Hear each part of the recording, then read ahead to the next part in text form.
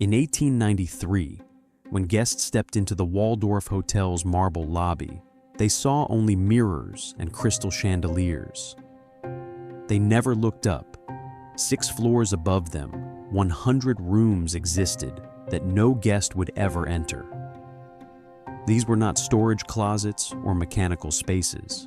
They were bedrooms, laundry halls, dining rooms, a separate city built vertically where 300 servants lived and worked in 12-hour shifts, washing 17,000 napkins every single day. But here is what the Waldorf's architect understood that changed American luxury forever. True elegance is invisible labor, and invisibility requires architecture. Chapter 1: The Problem Rich People Could Not Solve. Every hotel in America faced the same impossible equation. Guests demanded clean linens but refused to see laundry. This was the crisis of 1885. The Fifth Avenue Hotel, the grandest establishment in New York, stored its dirty napkins in basement bins that smelled of wine stains and cigar ash. Workers bundled them into canvas sacks. Delivery boys hauled them through the front entrance at dawn, when guests were presumably still sleeping.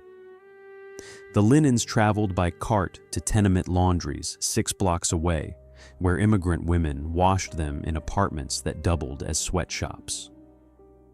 3 days later, the napkins returned. Sometimes. The Palmer House in Chicago tried a different method. They built a laundry room in the basement directly below the dining hall. Guests complained about the heat. The hotel manager insisted the warmth came from the kitchen ovens. He was lying. Below their feet, women operated mangles that reached 100 degrees. The ceiling vibrated. Steam rose through floorboard gaps. One Society columnist wrote that dining at the Palmer House felt like eating above a dragon's lair. The problem was architectural. Grand hotels were designed to resemble European palaces, marble lobbies, crystal chandeliers, ornate staircases spiraling upward. But palaces did not do their own laundry.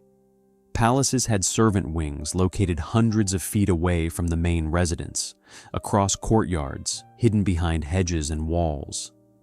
American hotels occupied single vertical structures in crowded city blocks.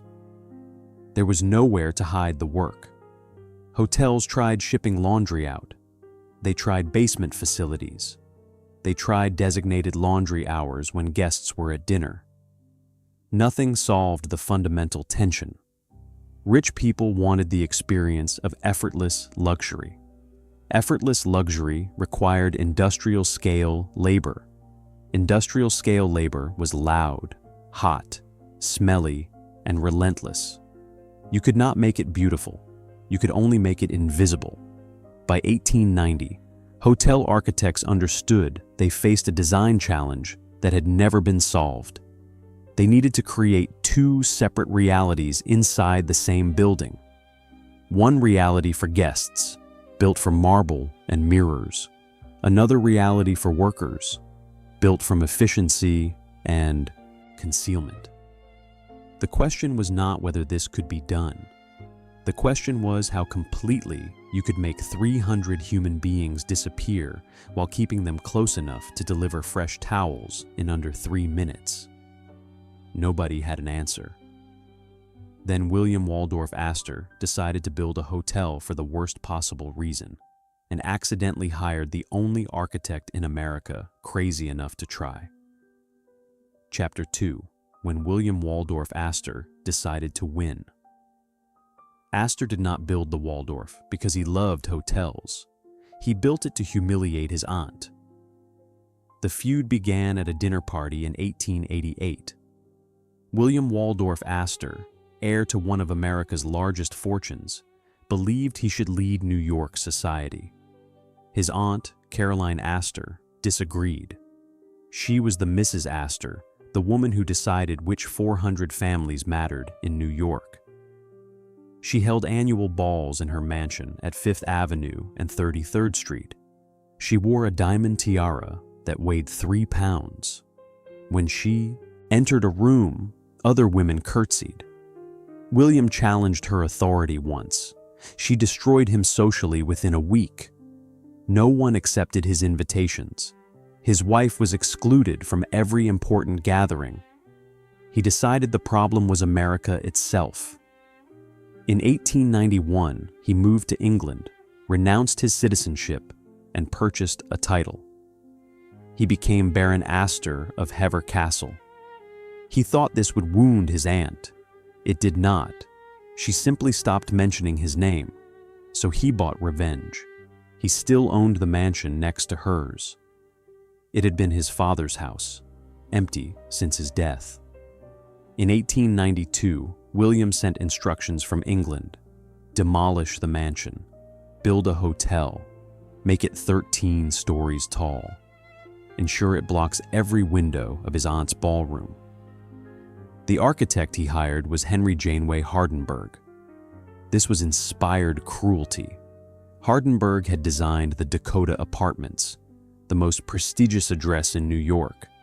He understood how to build luxury, but he also understood spite. When Astor explained the project, Hardenberg smiled. He would design a hotel so magnificent, so flawlessly operated, that Caroline Astor would be forced to abandon her mansion simply to escape the humiliation of living beside something grander than herself. But there was a condition. The hotel had to be perfect. Guests could never witness disorder. They could never see servants struggling with luggage. They could never smell laundry soap or hear dish clattering. The building had to create the illusion that luxury simply existed, naturally, without human effort. Hardenberg returned to his office and drew blueprints for 2 buildings. One would be visible, the other would be hidden on top of it. The visible building rose 7 stories and featured 500 guest rooms wrapped around a central courtyard. Each room had 14-foot ceilings, mahogany furniture, and private bathrooms. The ground floor held restaurants, ballrooms, a gentleman's cafe, and a lobby, designed to resemble a European palace. Every detail was calculated for beauty. Marble imported from Italy, chandeliers from France, carpets woven in Persia. The hidden building occupied floors 8 through 13. It contained 100 rooms that would never appear in advertisements. These were not guest rooms.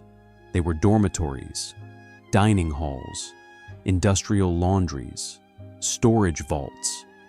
Hardenberg designed them with the precision of a factory engineer. Narrow hallways, low ceilings, minimal windows. Every room served a function. The function was to keep 300 servants close enough to serve guests instantly, but invisible enough that guests never acknowledged their existence. The innovation was separation. Hardenberg designed 2 elevator systems that never intersected. Guest elevators, ornate brass cages, stopped only on floors 1 through 7. Service elevators, plain metal boxes, stopped only on floors 8 through 13, with a single access point on the ground floor kitchen. He designed 2 staircases. The grand staircase spiraled through the lobby. The service staircase, hidden behind unmarked doors, rose straight up the building's core. A guest could stay at the Waldorf for a month and never see a servant hallway. Construction began in January 1893. The Waldorf opened in March. It took 14 months to build a hotel in a hidden city.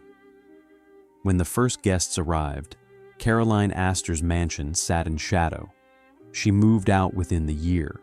William Astor won. But his architect had built something larger than a family grudge. He had solved the problem every hotel in America was struggling with, and the solution would be copied until it became inescapable. Chapter 3.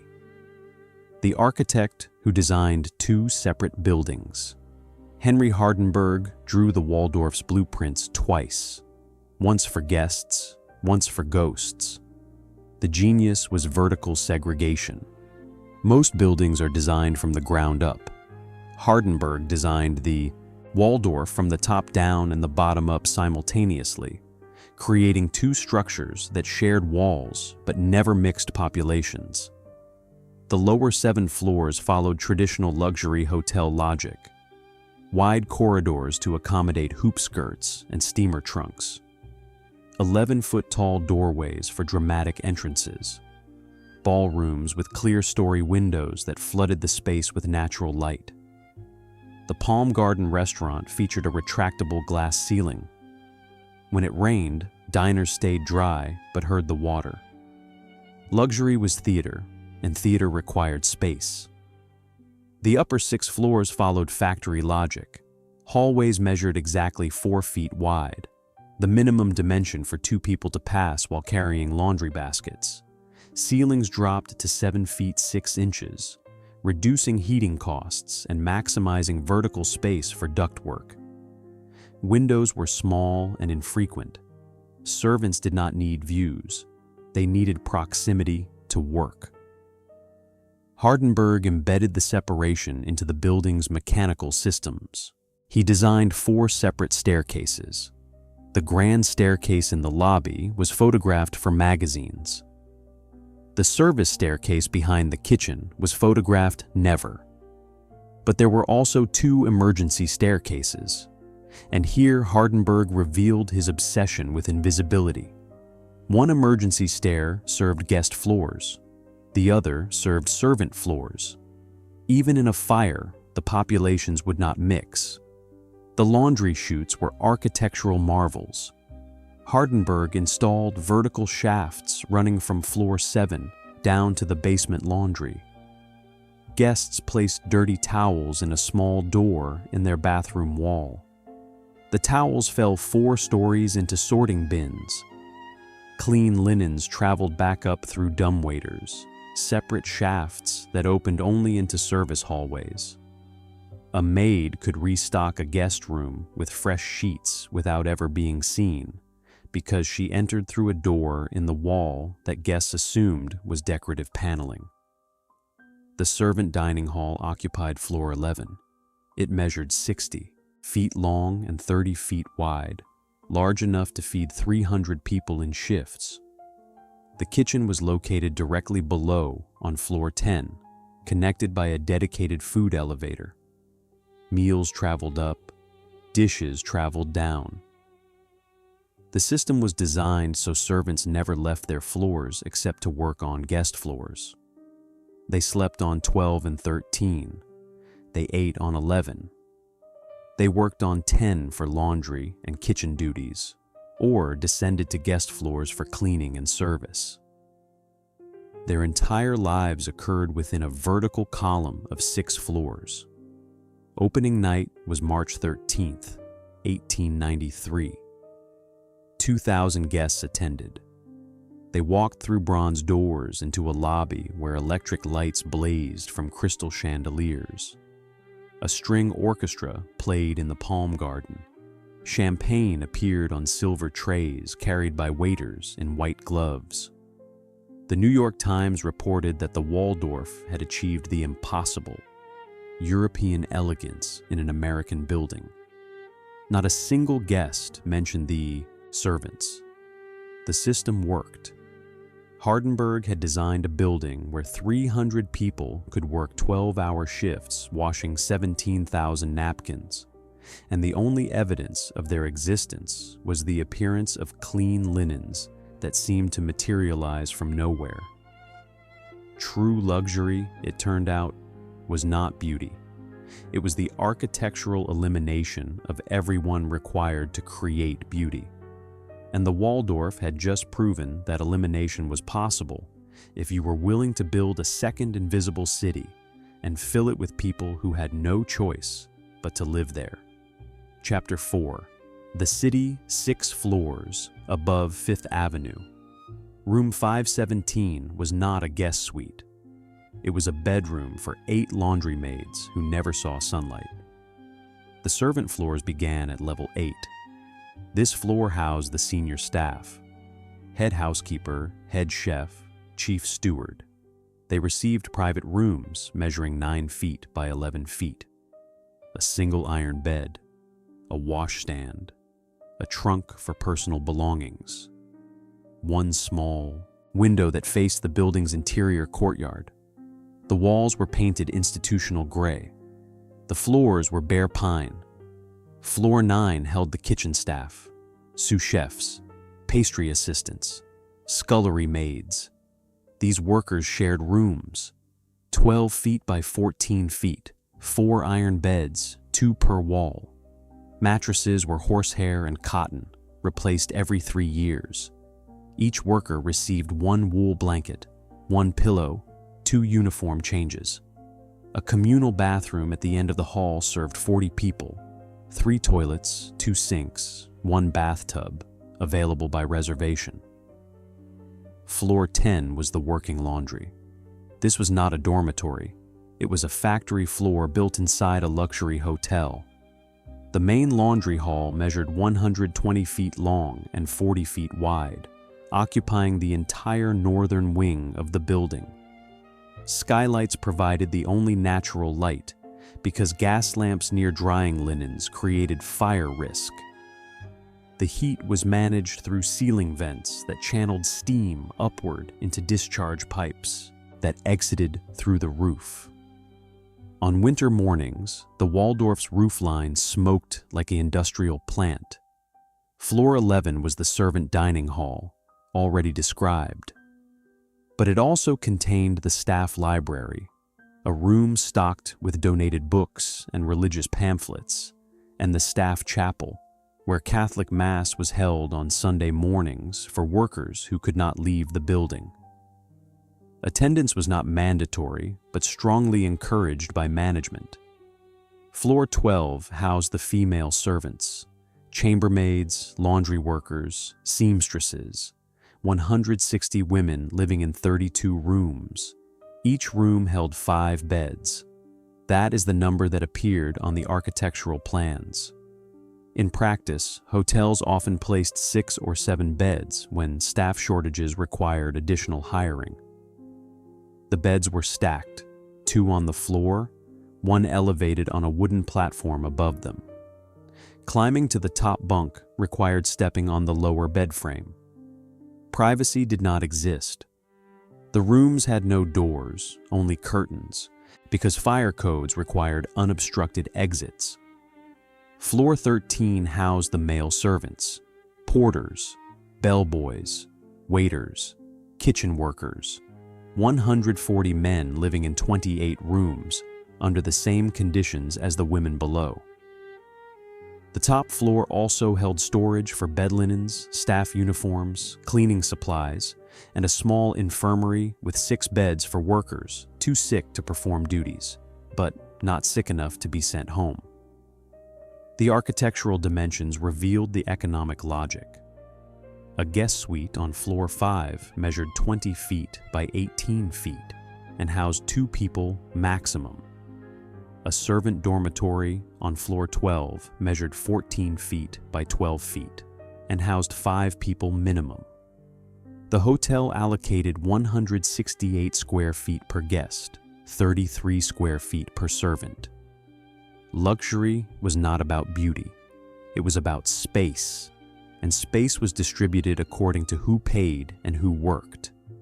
The windows told the same story. Guest rooms had floor-to-ceiling windows with heavy drapes. Servant rooms had windows measuring 2 feet by 3 feet, placed 7 feet above the floor. You could not see out of them without standing on furniture. The architect's intent was clear. Servants did not need views. They needed ventilation. But the most revealing architectural detail was sound insulation. The Waldorf's guest floors featured double walls packed with horsehair batting to muffle noise between rooms. The servant floors had single walls, bare plaster over wood lath. You could hear everything, conversations in adjacent rooms, footsteps in the hallway, crying, coughing, arguments, prayers.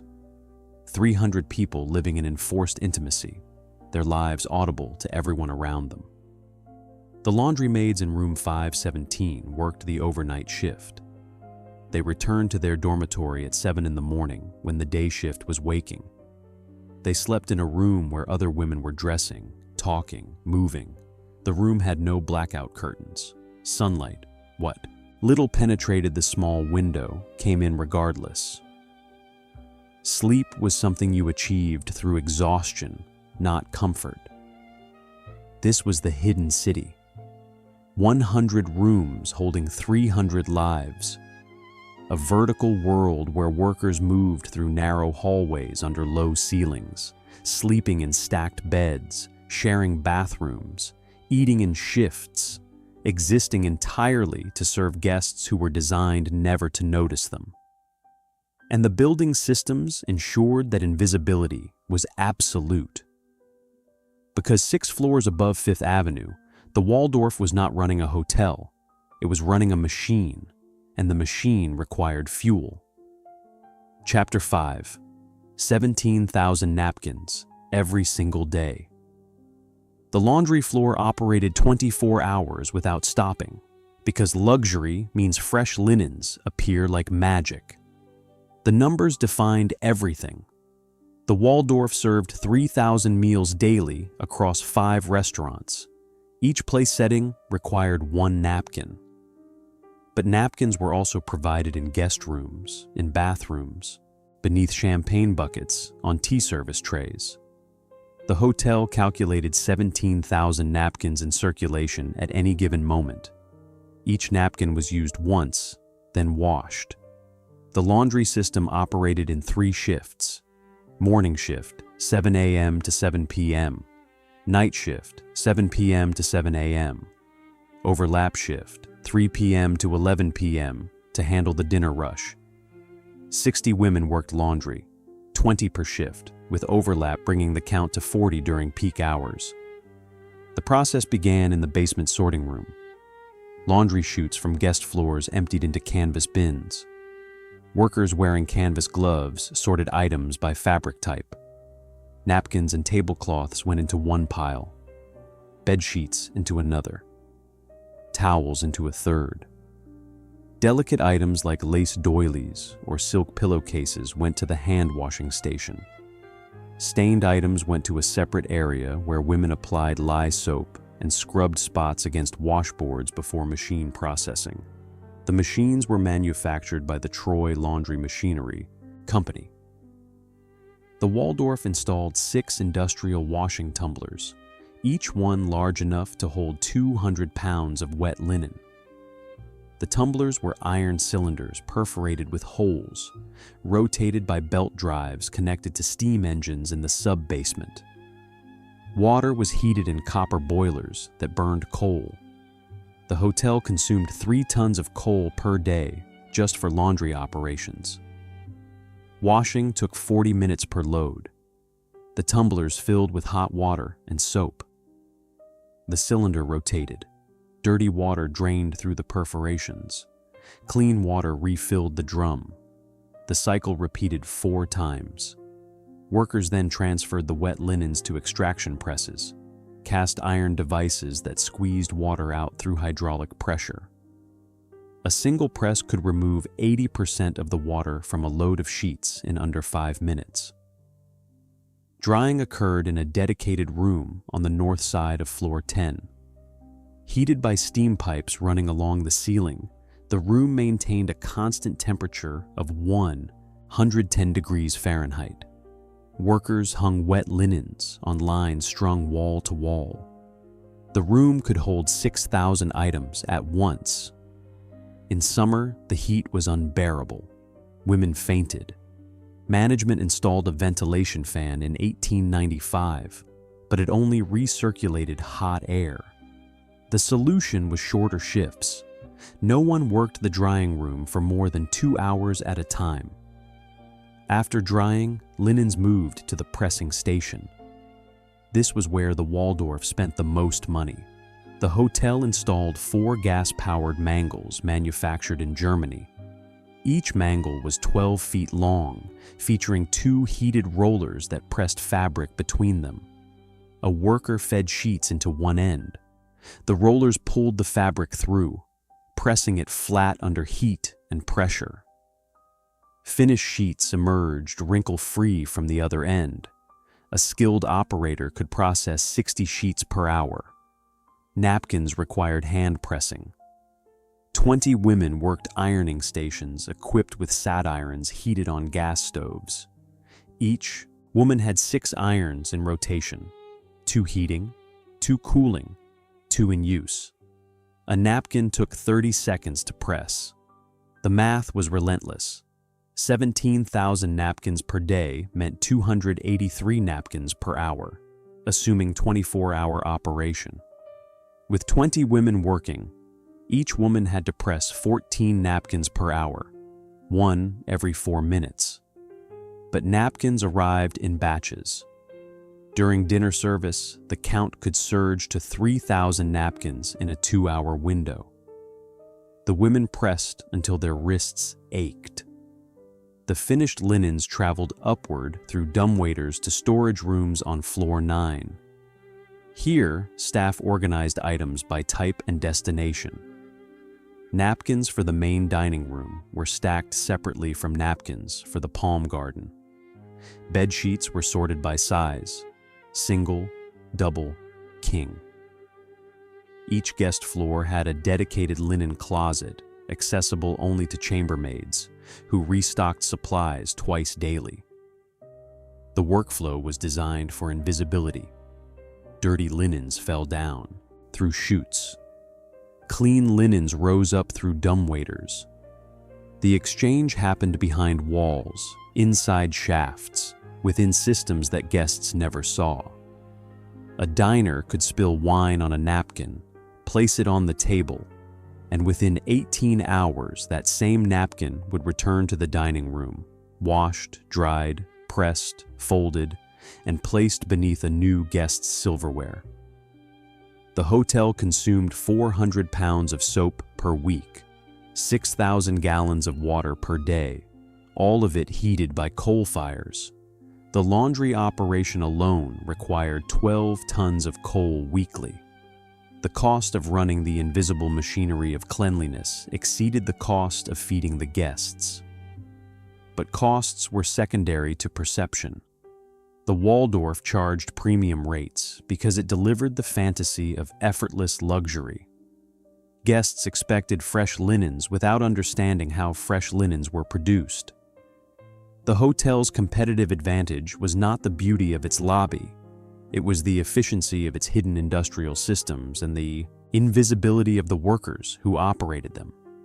And those workers were trapped, not by locks or chains, but by contracts they could not escape and debts they could not repay.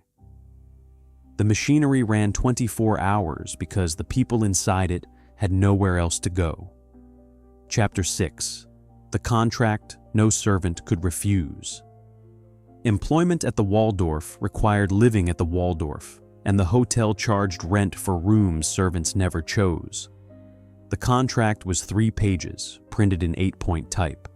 Every new employee signed it. Most did not read it. They needed work. The Waldorf offered work. That was enough. Section 2, Paragraph 4, Specified Residency. All employees below the rank of department head were required to live on premises. The hotel provided lodging and meals. These were not benefits. They were conditions of employment. Refusing to live at the Waldorf meant refusing the job. Section 3 outlined compensation.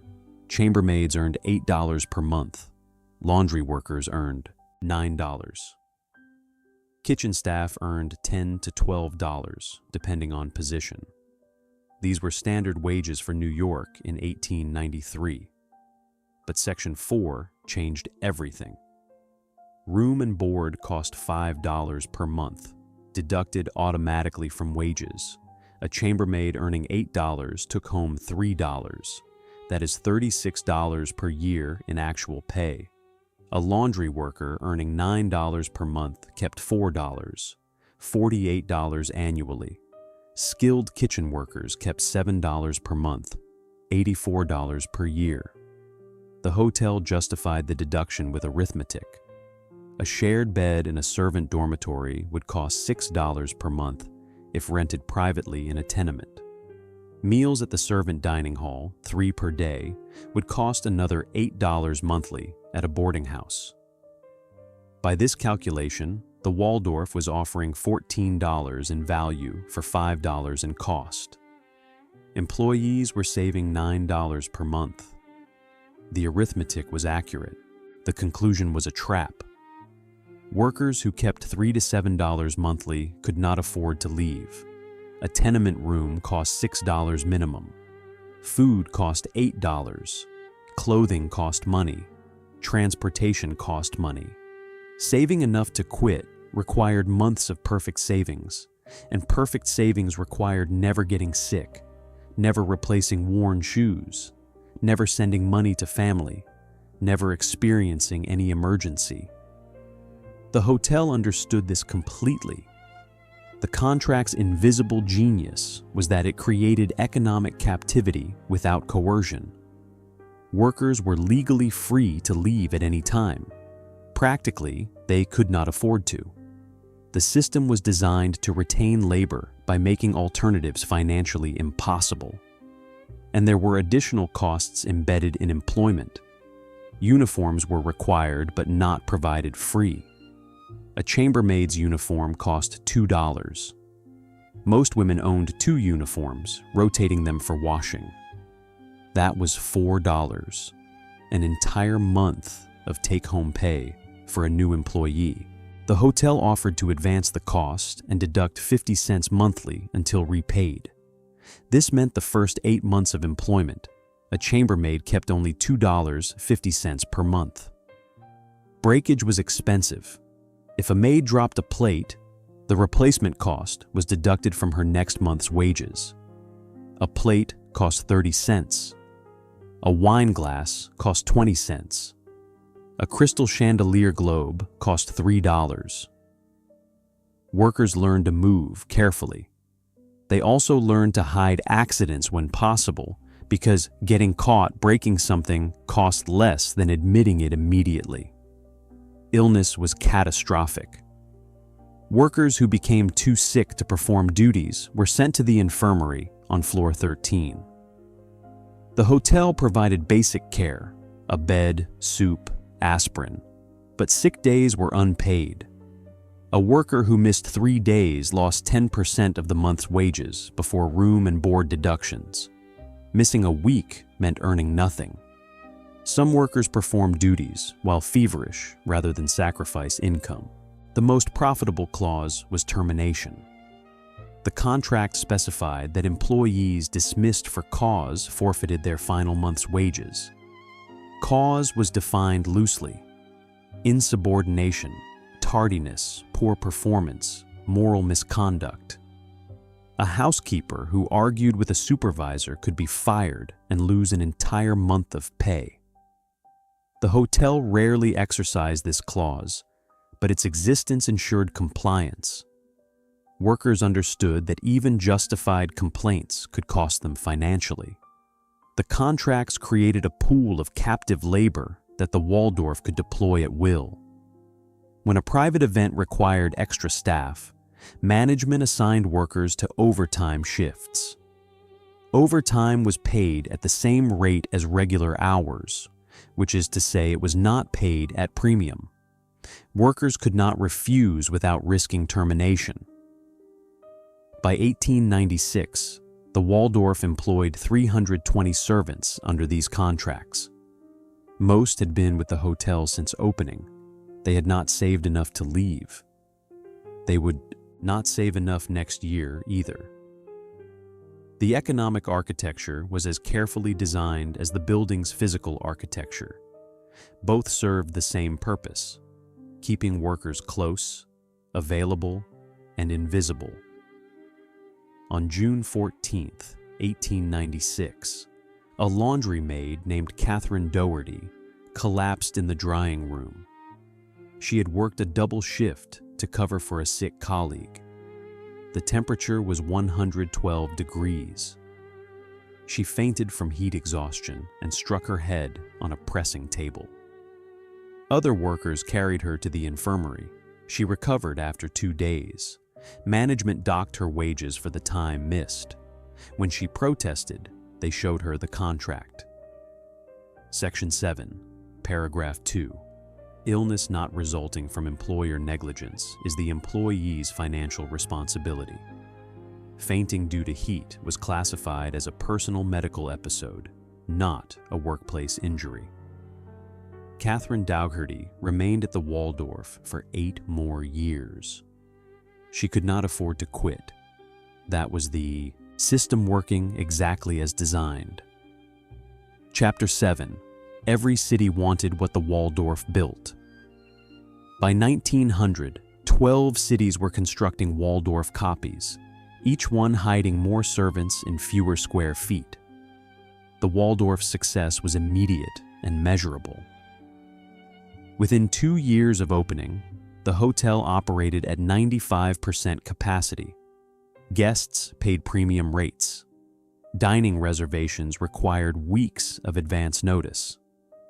The building's financial performance proved that architectural invisibility was not just aesthetically desirable, but economically essential.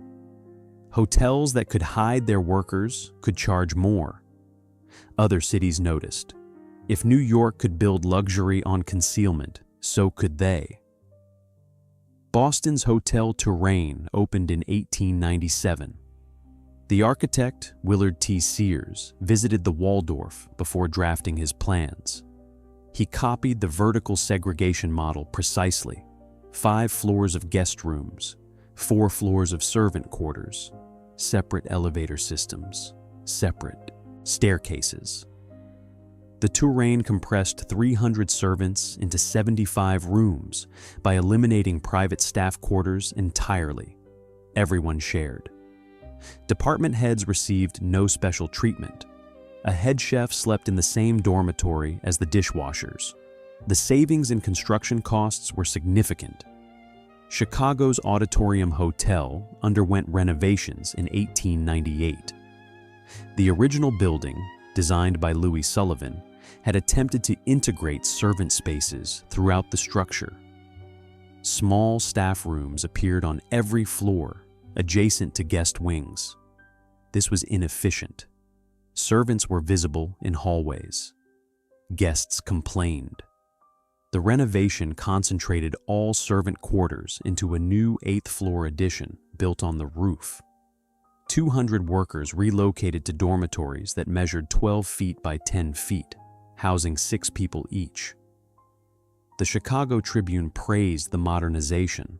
The Plaza Hotel in New York opened in 1907, designed by Henry Hardenberg, the same architect who created the Waldorf.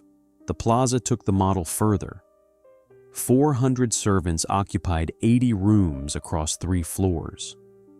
The dormitories measured 11 feet by 9 feet and held 6 beds. Communal bathrooms served 60 people. The servant dining hall operated on a strict schedule: breakfast 6 to 7 a.m., lunch noon to 1 p.m., dinner 6 to 7 p.m. Missing a meal meant going hungry. There was no kitchen access outside designated times. San Francisco's Fairmont Hotel, rebuilt after the 1906 earthquake, devoted its entire top 2 floors to servant housing. The architect, Julia Morgan, designed dormitories based on shipboard cabin layouts. Beds folded into walls during the day, creating multi-use spaces. At night, workers pulled the beds down. In the morning, they collapsed them again to make room for movement. The system increased density. A room measuring 10 feet by 8 feet could house 8 people using folding bed racks. The pattern was clear. Each hotel copied the Waldorf's innovation of vertical segregation. But each iteration reduced the space allocated to workers. The Waldorf had provided 100 rooms for 300 servants. The Plaza provided 80 rooms for 400 servants. The Fairmont provided 60 rooms for 350 servants.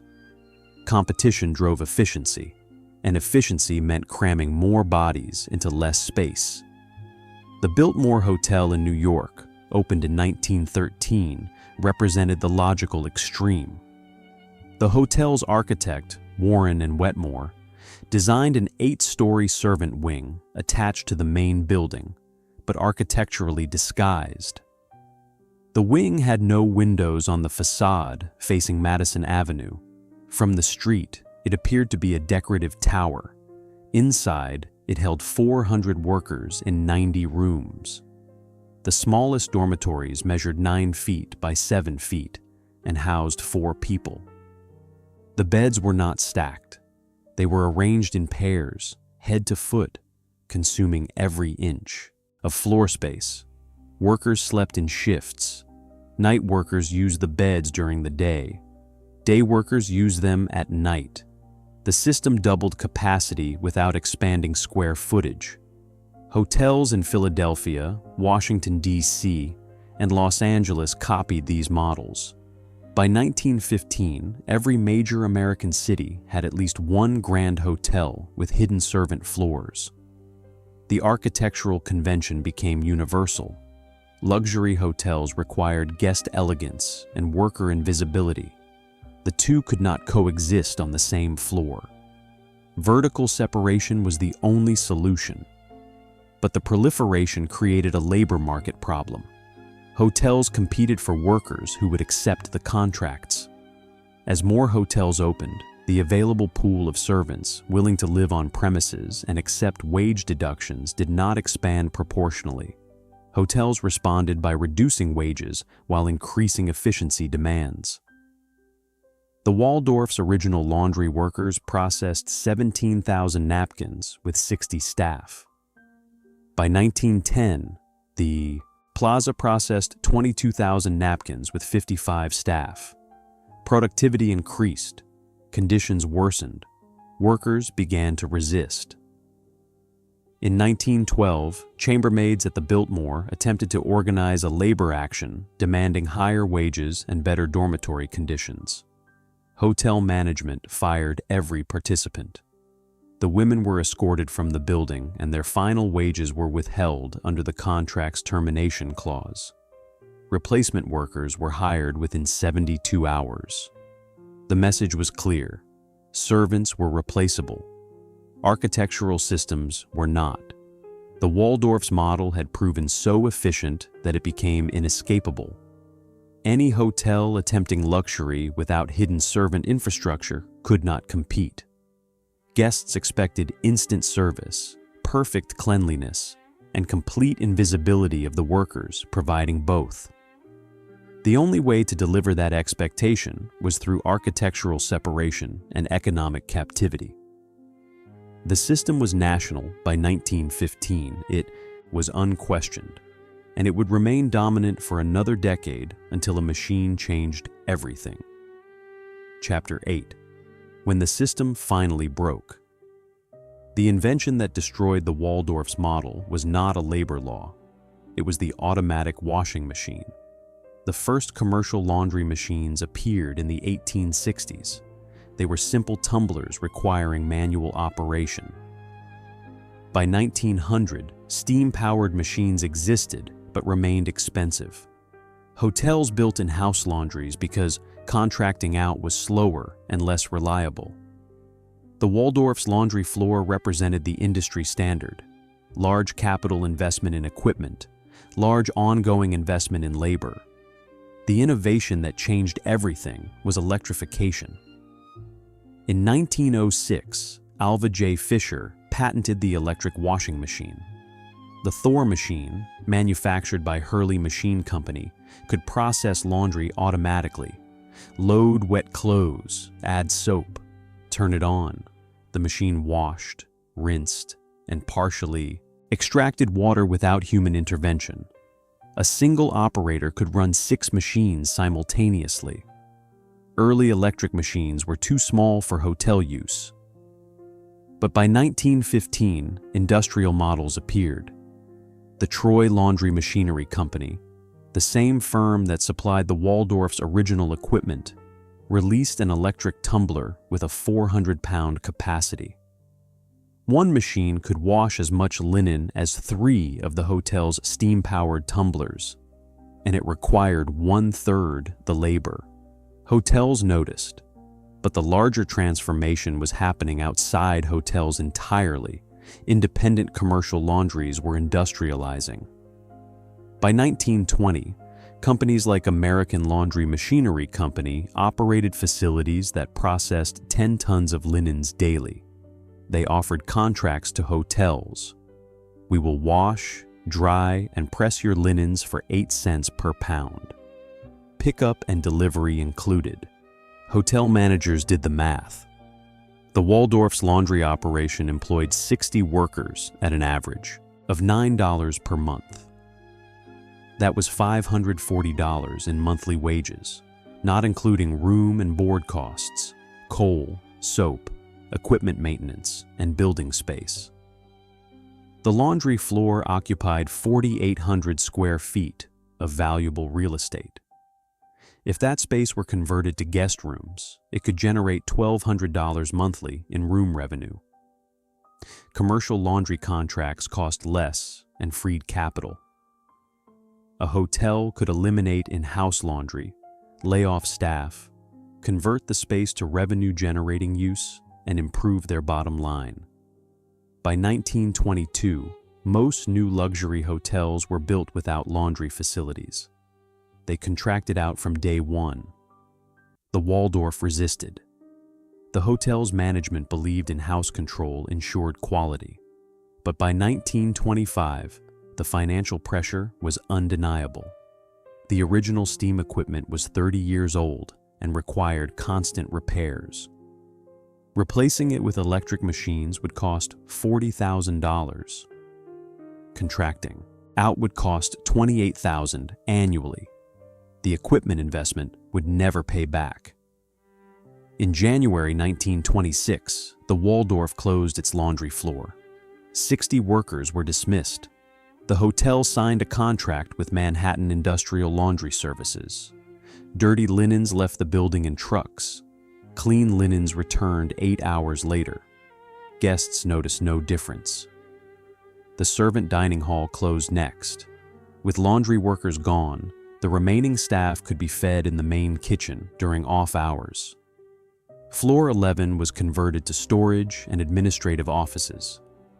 Floors 12 and 13, the servant dormitories, were partially emptied. The hotel retained 120 live-in staff, mostly chambermaids and porters who needed immediate availability.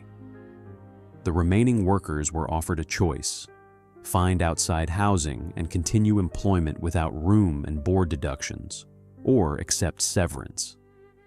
Most left. Housing in New York was expensive, but keeping $3 monthly after the hotel's deductions was worse. Workers who had been economically trapped suddenly found the trap had opened.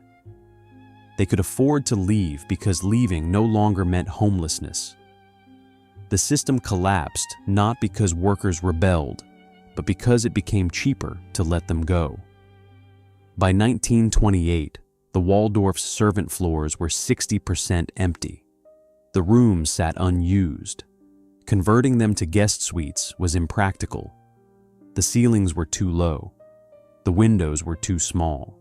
The hallways were too narrow. The spaces had been designed specifically for servants, and they could not be redesigned for anyone else. The building's owners faced a question: what do you do with 6 floors of obsolete infrastructure built specifically to hide workers who no longer need hiding? They never had to answer, because in 1929, they received an offer that would erase the problem entirely. Chapter 9: The Demolition That Erased the Evidence. In 1929, the original Waldorf was torn down completely, and the servant floors disappeared without photographs or blueprints. The deal was announced in October 1928. The Waldorf Astoria Hotel, the merged entity of the original Waldorf and the adjacent Astoria Hotel, built by John Jacob Astor in 1897, would be demolished. The site would become the Empire State Building. The hotel would relocate to Park Avenue and 50th Street, where a new, larger Waldorf Astoria would rise. Demolition began in October 1929. The hotel closed its doors on May 3rd. Crews arrived on May 6th. They had 9 months to clear the site completely. The developers needed the land ready for construction by March 1930. The salvage operation was systematic. Everything of value in the guest areas was removed for resale or relocation. Crystal chandeliers were carefully dismantled and crated. Marble wall panels were cut out in sections. The bronze doors from the Fifth Avenue entrance were labeled for reinstallation at the new hotel. Mahogany furniture was auctioned. Carpets were rolled and shipped. The Palm Gardens' retractable glass ceiling was sold to a museum. The servant floors received different treatment. Demolition crews stripped them quickly. Iron bed frames were melted for scrap. Laundry equipment was sold to industrial salvage dealers. The gas-powered mangles went to a factory in New Jersey. The copper boilers were melted down. Workers ripped out plumbing, pulled wiring from walls, smashed partitions with sledgehammers. The work was fast because nothing was worth preserving. No historical society photographed the servant quarters. The Museum of the City of New York sent photographers to document the Waldorf's public spaces. They took 217 photographs of the lobby, the ballrooms, the restaurants, the guest suites. They took 0 photographs of floor 12. The servant dormitories were not considered historically significant. Architectural historians were not interested either. The American Institute of Architects published a monograph on the Waldorf in 1930, celebrating Henry Hardenberg's design. The monograph included floor plans for levels 1 through 7. Floors 8 through 13 were labeled service areas, with no additional detail. The authors did not interview former servants. They did not describe the dormitory layout. They did not explain how 300 people lived in the hidden floors. The demolition archive that does survive is held by the Empire State Building Corporation. It contains construction schedules, material inventories, and photographs of the demolition process. The photographs show the building collapsing floor by floor. You can see the marble lobby crumbling under wrecking balls. You can see the Palm Gardens' glass ceiling shattered on the ground. You can see workers dismantling the grand staircase. But in all the demolition photographs, the servant floors are indistinct. They appear as generic upper stories, no different from mechanical or storage levels. There is no visual record of the dormitories, the dining hall, the laundry floor. The spaces designed to be invisible remained invisible even in destruction. By March 1930, the entire Waldorf site was cleared. The building that had defined American luxury for 37 years was gone. The new Waldorf Astoria opened on Park Avenue in October 1931. It was taller, grander, more expensive than the original, and it had almost no servant quarters. The new hotel was designed for the commercial laundry era. Dirty linens left through a basement loading dock. Clean linens arrived the same way. Staff commuted from their own housing. The building contained 3,000 guest rooms and fewer than 20 servant dormitories, reserved for senior management who needed on-site presence. The architecture of invisibility had evolved. Workers were no longer hidden in upper floors. They were hidden by being sent home at the end of their shifts. The system achieved the same goal through absence rather than concealment.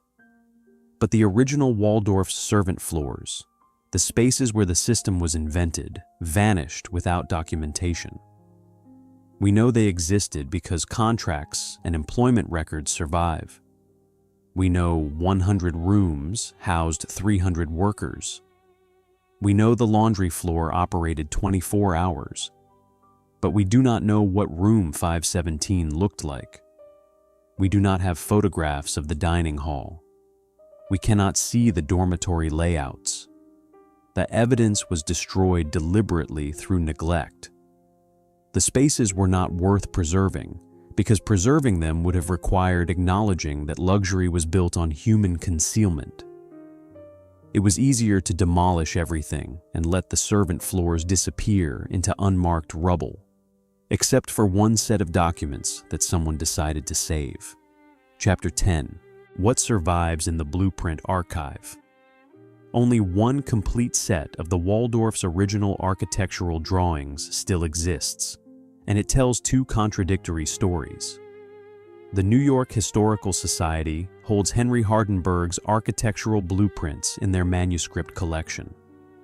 The archive contains 42 large format drawings dated 1892 to 1893. They are remarkably complete. Floor plans for every level, elevation drawings showing the building's exterior, mechanical system diagrams, cross-sections detailing wall construction. But the drawings reveal a deliberate asymmetry in how the architect documented the building. Guest floors are drawn with obsessive precision. Every room is dimensioned. Every door swing is indicated. Every window is labeled. The blueprints show furniture placement, fixture locations, even the specific marble types specified for each bathroom.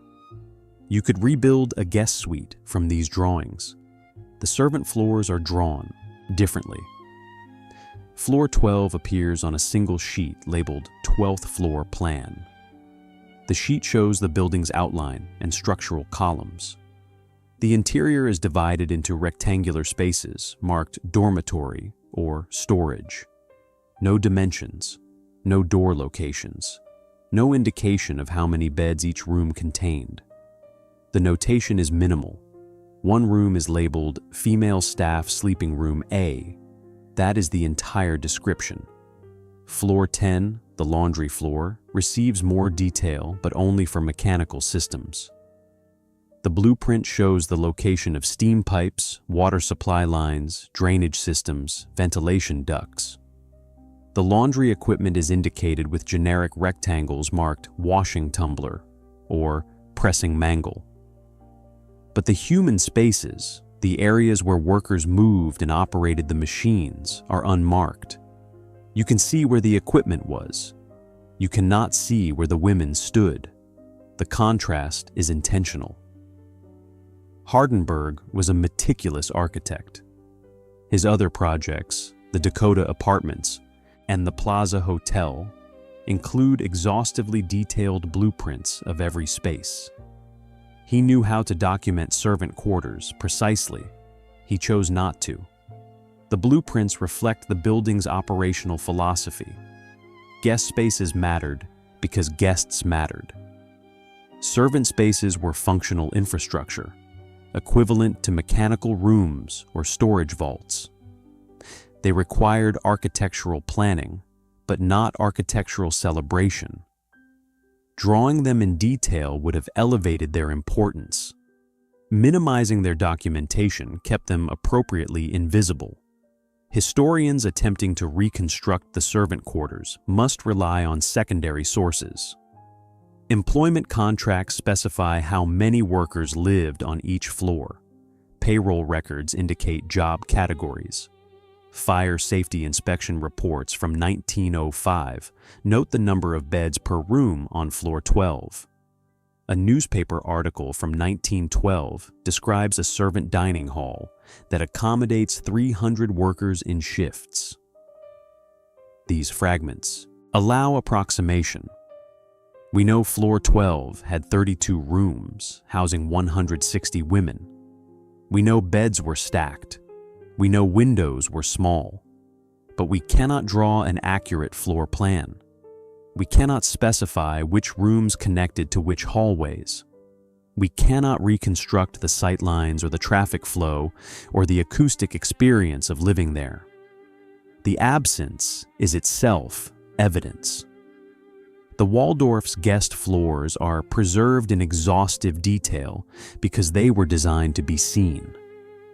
The servant floors are preserved as sketches because they were designed to be forgotten. One document in the archive is haunting. It is a single sheet labeled Service Circulation Diagram. The drawing shows the building in cross-section, revealing how people and materials moved vertically through the structure. Arrows indicate guest flow, entering through the lobby, ascending in elevators, moving through corridors to rooms. Separate arrows indicate servant flow, entering through a side basement door, ascending in rear elevators, moving through back hallways to work areas. The arrows never intersect. The diagram proves that Hardenberg designed two circulation systems that occupied the same building but never touched. It is a blueprint for parallel realities, and it worked so well that most guests never knew the parallel system existed. The blueprints are available to researchers. You can request them in the New York Historical Society reading room. You can examine Hardenberg's precise notations and his conspicuous omissions.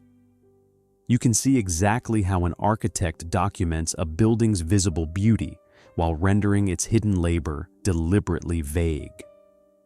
And if you study the drawings long enough, you begin to understand that architectural blueprints are not neutral documents. They are arguments about what deserves to be remembered. Chapter 11. The hotels that still use the system. Luxury hotels today still hide their workers. They simply hide them horizontally instead of vertically. The Four Seasons Hotel in New York, opened in 1993, does not have servant floors. It has servant tunnels.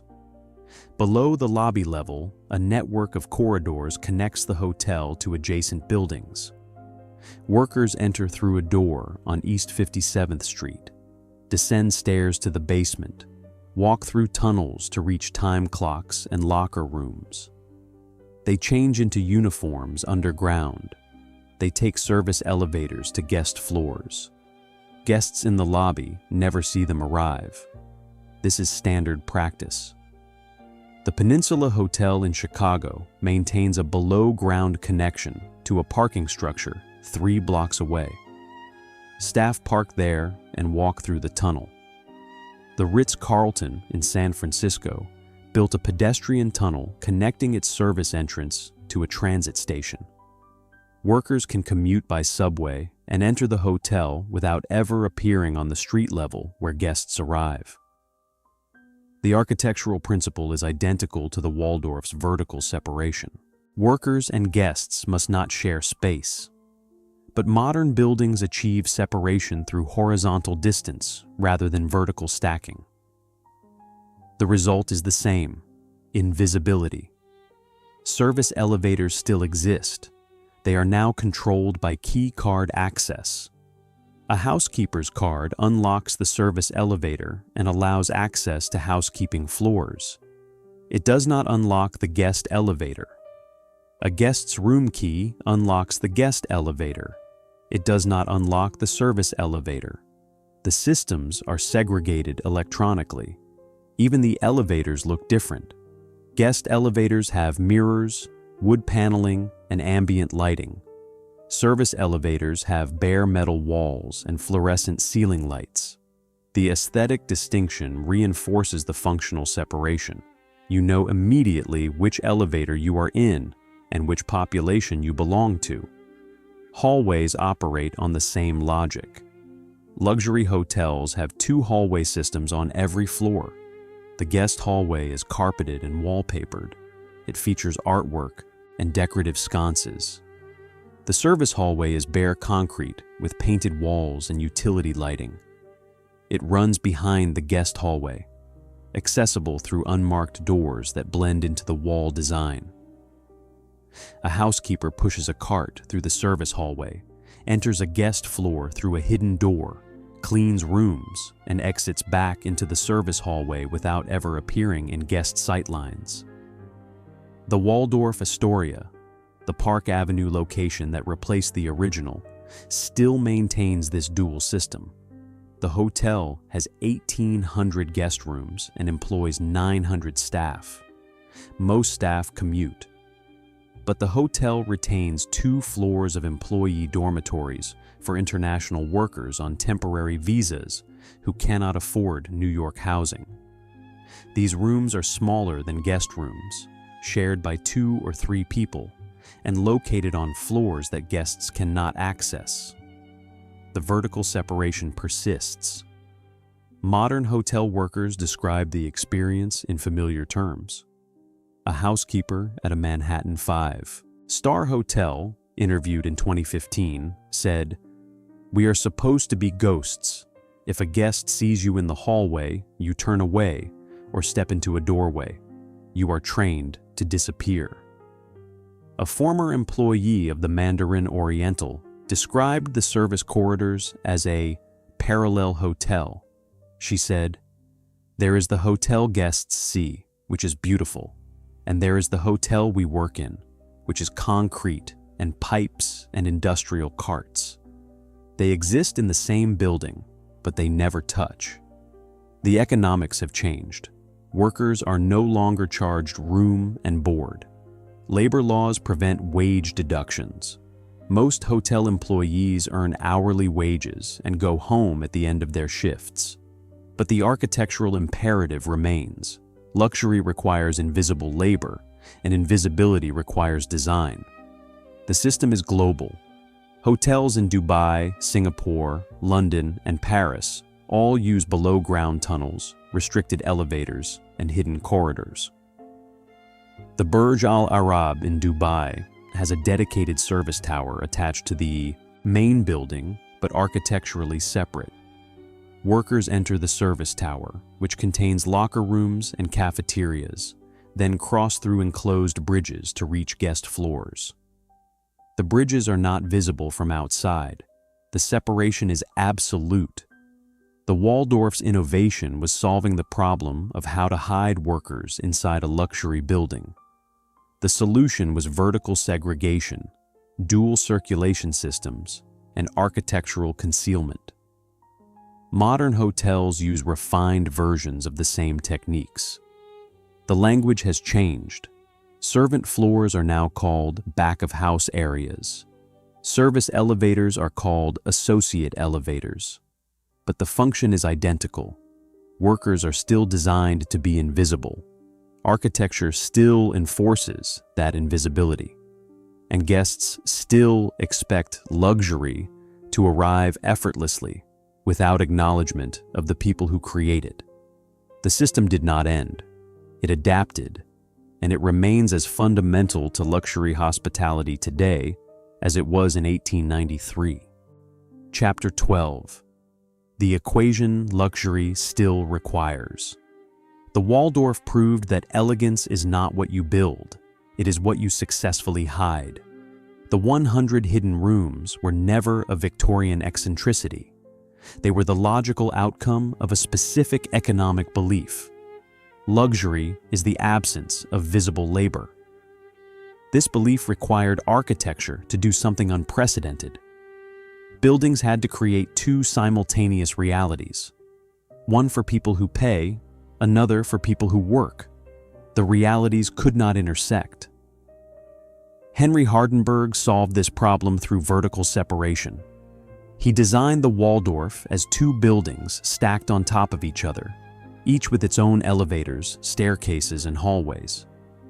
The system worked so completely that guests could stay for weeks without ever seeing a servant outside the moment of service.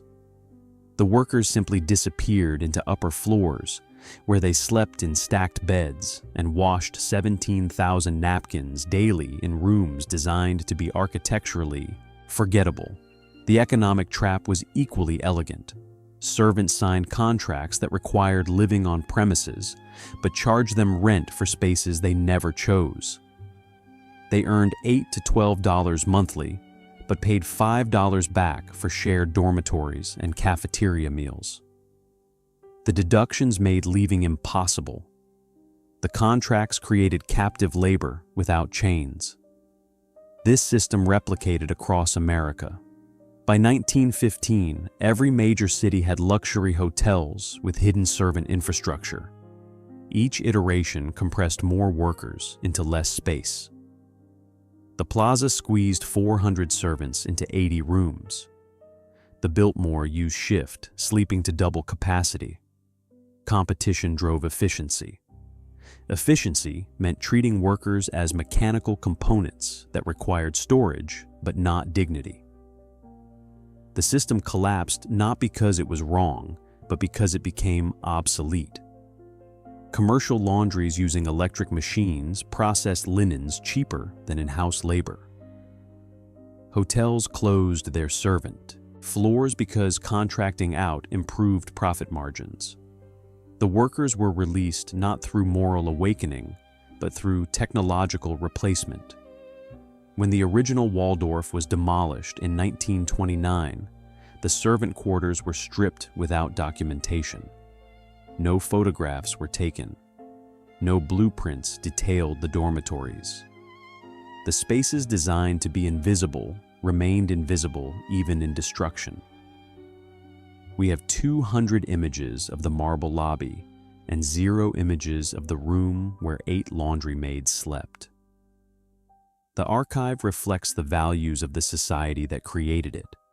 What survives is the principle. Modern luxury hotels still separate workers from guests. They use below-ground tunnels instead of upper floors. They use key card-restricted elevators instead of separate staircases. They hire commuting workers instead of housing them on premises. But the core requirement remains unchanged. Guests must never see the labor that serves them. A society reveals itself through what it chooses to hide. American luxury hospitality chose to hide workers. It developed sophisticated architectural systems to enforce that hiding. It created economic structures that made the hiding profitable, and it maintained those systems for over a century, evolving the techniques but never abandoning the goal. The cost of this elegance is not measured in dollars. It is measured in the thousands of workers who lived in windowless dormitories, who slept in stacked beds, who worked 12-hour shifts in steam-heated rooms, who were paid wages so low that quitting meant homelessness. The cost is measured in the architectural erasure of their existence, the absence of photographs, the gaps in blueprints, the demolition without documentation. The Waldorf's 100 hidden rooms were not an architectural achievement. They were an architectural confession. They proved that the luxury we build requires workers we refuse to see, spaces we refuse to photograph, and lives we refuse to remember. The building is gone. The blueprints are incomplete. The workers are unnamed. But the equation remains. True elegance, as the Waldorf demonstrated, is invisible labor. And invisibility requires that we agree, collectively and continuously, not to look up. Because 6 floors above the marble lobby, in rooms that no longer exist, 300 people once lived in a city built specifically to be forgotten. They washed our napkins. They made our beds. They created the illusion of effortless luxury, and we never looked up.